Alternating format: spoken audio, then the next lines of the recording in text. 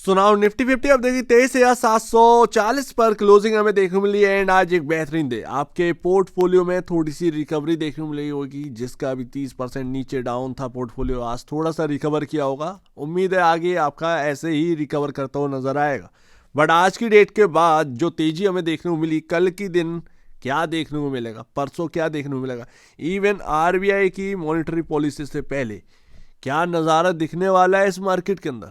तो देखिए भाई, दोनों हाथों में आपके लड्डू रखे हुए हैं। देखिए एक तरफ European market all time high पर है, ऊपर से यूएस मार्केट भी ऑल टाइम हाई के आसपास घूम रहा है। एंड बस आप ही हैं। बट ये मत सोचिएगा कि आपके अंदर एकदम फुर्ती आ जाएगी, आप एकदम से रिकवर हो जाएंगे। 26,000 की जो लक्ष्मण रेखा है उसको क्रॉस कर जाएंगे, एकदम से आप जो 30,000 पर पहुंच जाएंगे। ऐसा हवा हवाई बातें मत करिएगा। हाई वैल्यूएशन के चलते हम नीचे आए थे, सडनली हम वो वापस से हाई वैल्यूएशन कैसे कैप्चर कर लेंगे? फिर बात में दम है या नहीं है, लॉजिक है या नहीं है?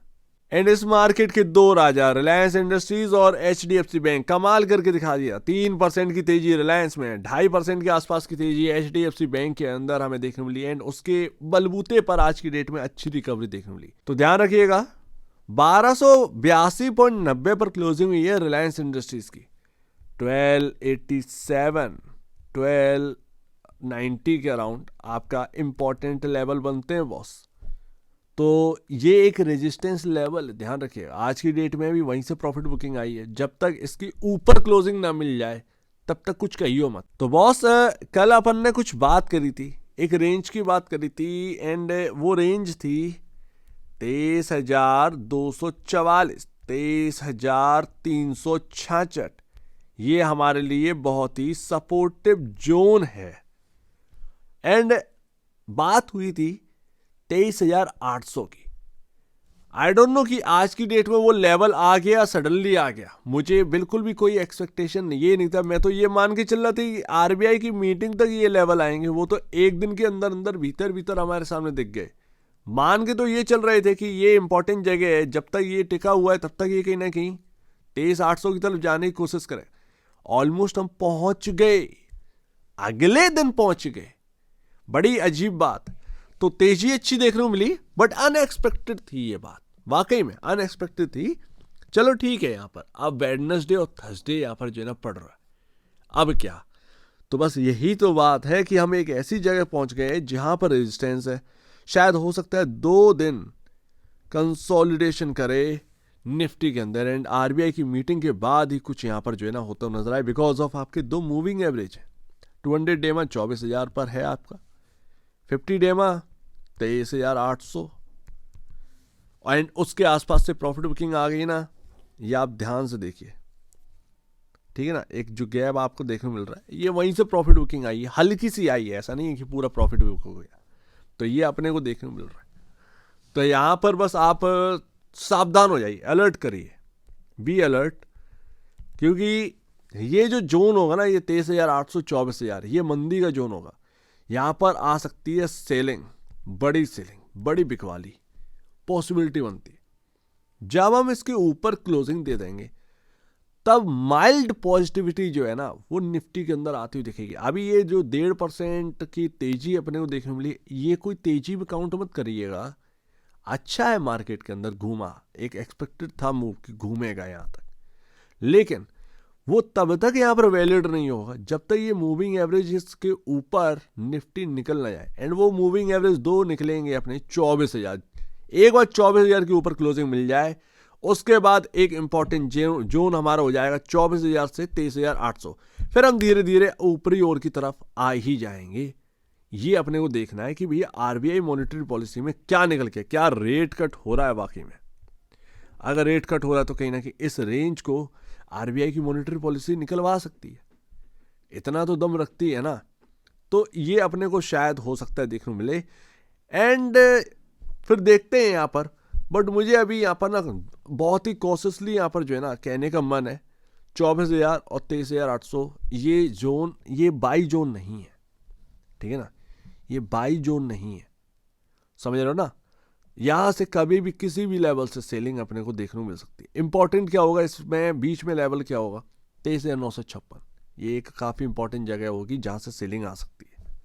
तो यही है बताने के लिए, बाकी कुछ भी नहीं है अभी बताने के लिए। और जो भी होगा मतलब अपन जो है वो देखेंगे। फ्राइडे के दिन है 7 फरवरी को मॉनेटरी पॉलिसी आरबीआई की, 6 फरवरी को थर्सडे है। 2 स्टॉक में ध्यान दीजिएगा। हाँ याद आया, एकदम से कुछ बताना था मेरे को। सो बी अलर्ट, 6 फरवरी के दिन 2 क्वार्टरली नंबर्स हमारे सामने आ रहे हैं। अलर्ट रहिएगा, मैं कोई बाय और सेल का रिकमेंडेशन नहीं दे रहा हूं। पहला आएगा बीएससी का। बीएससी क्यों? क्योंकि एंजल वन के नंबर खराब है, क्योंकि जो लॉट साइज बढ़ा और जिसकी वजह से उसका टोटल वैल्यू जो बढ़ती हुई नजर आई है, उसकी वजह से रिटेल ट्रेडर जो है बहुत ही एक बड़ी संख्या वो मार्केट से एग्जिट कर चुकी है, ट्रेडिंग बंद कर चुकी है निफ्टी, बैंक निफ्टी, सेंसेक्स के अंदर। उसका इम्पैक्ट हमने अभी एंजल वन के नंबर आए थे Q3 के, उसके ऊपर आता देखा। अब एक्सचेंजेस के नंबर की बारी है। लेट्स सी, पता नहीं कैसे नंबर आएंगे, बट ये नंबर जो कि मैंने आपके सामने रखा था कि नवंबर या अक्टूबर के टाइम में आपको यही बताता था कि आने वाले कुछ क्वार्टर में देखना होगा कि कैसे नंबर आ रहे, तभी आप भाप पाएंगे कि बीएसई ऊपरी ओर चलेगा या फिर उसके अंदर एक फॉल आएगा। याद आई वो बात जब मैं आपसे करा करता था, ठीक है ना?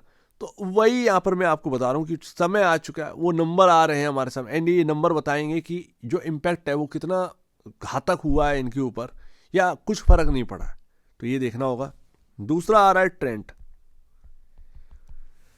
ट्रेंड की बात क्या करूं बॉस, जो पैटर्न है मैंने कई सारे स्टॉक के अंदर ये पैटर्न बनते हुए देखा है, एंड स्टॉक उस जगह पर इंतजार करता है किसी खबर का। वाकई में 6 फरवरी को Q3 के नंबर आ रहे हैं ट्रेंड के, स्टॉक वेट कर रहा है इस खबर के, यानी खबर हमारे सामने एक ही है, Q3 के नंबर।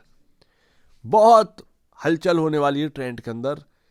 आप देखेंगे तो कितना यहाँ पर बताओ, जिस तरीके का चार्ट पैटर्न है वो काफ़ी बता रहा है कि नेगेटिव है। अब पता नहीं ये नेगेटिव होगा या नहीं होगा, मैं श्योर नहीं हूँ, सीधी सी बात है। एंड ये कोई बाय और सेल रिकमेंडेशन नहीं, बट मैं आपको बता रहा हूँ कि ट्रेंड अगर आप खरीदने जा रहे हैं स्टॉक को, अगर आप सोच रहे हैं कि बहुत ही निचले लेवल पर मिल रहा है, तो थोड़ा सा रुकिए, Q3 के नंबर देख लीजिए बॉस, Q3 के नंबर देख लीजिए। चार्ट पैटर्न इतना अच्छा नहीं है, वो कुछ कह रहा है, चार्ट पैटर्न कह रहा है कि दूर रहिए, तो ये समझ में आ रहा है। तो अगर आप यहाँ पर ट्रेंड के स्टॉक खरीदने के लिए आगे बढ़ रहे हैं तो थोड़ा सा बचा के रहिए। Q3 के नंबर 6 तारीख को आ रहे हैं, बी अलर्ट, नंबर देख लीजिए, उसके बाद कुछ यहाँ पर जो है ना डिसीजन करिएगा। अलर्ट करना मेरा काम था कि भाई नंबर आ रहे हैं, थोड़ा सा ठीक ठाक नहीं लग रहा है माहौल, तो वो यहाँ पर बचा के थोड़ा सा चलें।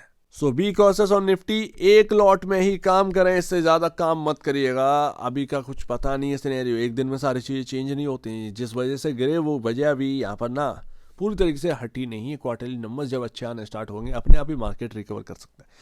सो लेट्स सी, देखते हैं क्या रहता है। बट अभी यहाँ पर ना थोड़ा सा चेंज हुआ है माहौल। रेंज को याद रखिएगा, सपोर्टिव रेंज हुई, रेजिस्टेंस रेंज हुई, उस हिसाब से अपनी स्ट्रेटजी बनाइए। जो भी लगता है, जैसे भी लगता है, अगर कुछ पॉइंट आपको मिल रहे हैं इस वीडियो से आपके स्ट्रेटजी के लिए, तो कुछ लीजिए पॉइंट्स एंड अपनी स्ट्रेटजी के ऊपर काम करिए। तो आप दीजिए मुझे वीडियो देख लीजिए, वो तो धन्यवाद दोस्तों।